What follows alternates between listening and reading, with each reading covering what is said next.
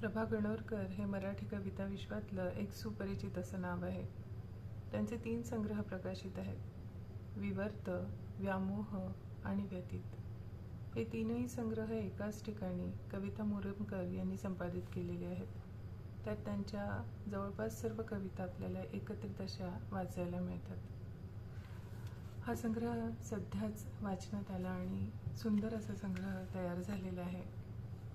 त्यातली एक कविता ही विवर्त या कविता संग्रहातली आहे. कवितेचं शीर्षक आहे दूरच्या पहाडांवर. दूरच्या पहाडांवर धडाडलेले वणवे विझवीत तो आला, तेव्हा उंच माना करून त्याची वाट पाहत असलेल्या निलगिरीच्या झाडांनी त्याला शक्य तितके वाकून सलामी दिली. सिल्वर ओकच्या चमकदार कातर पानांनी सळसळून त्याचे स्वागत केले.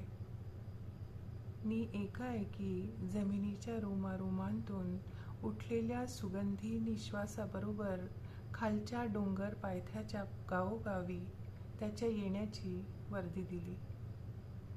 तेव्हा काळाभोर मातीच्या आत थांबलेल्या लालभोर इंद्रगोपांनी बिळांतून बाहेर पडण्याची एकच घाई केली आणि शरीरावरची निळी वीज थरकवीत पावले टाकणाऱ्या मोरांनी हजार डोळ्यांची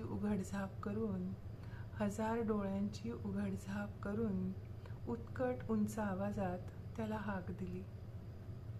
पहाडावरचे उभे गाव तेव्हा घनघोर वादळी रंगात हरवून गेले. धडाडलेले वणवे विझल्यानंतर शांत झालेल्या डोंगरांनी निळे चंदन उभ्या अंगाला माखून घेतले. ही होती कविता दूरच्या पहाडांवर, प्रभा गणोरकर यांच्या विवर्त या काव्यसंग्रहातली.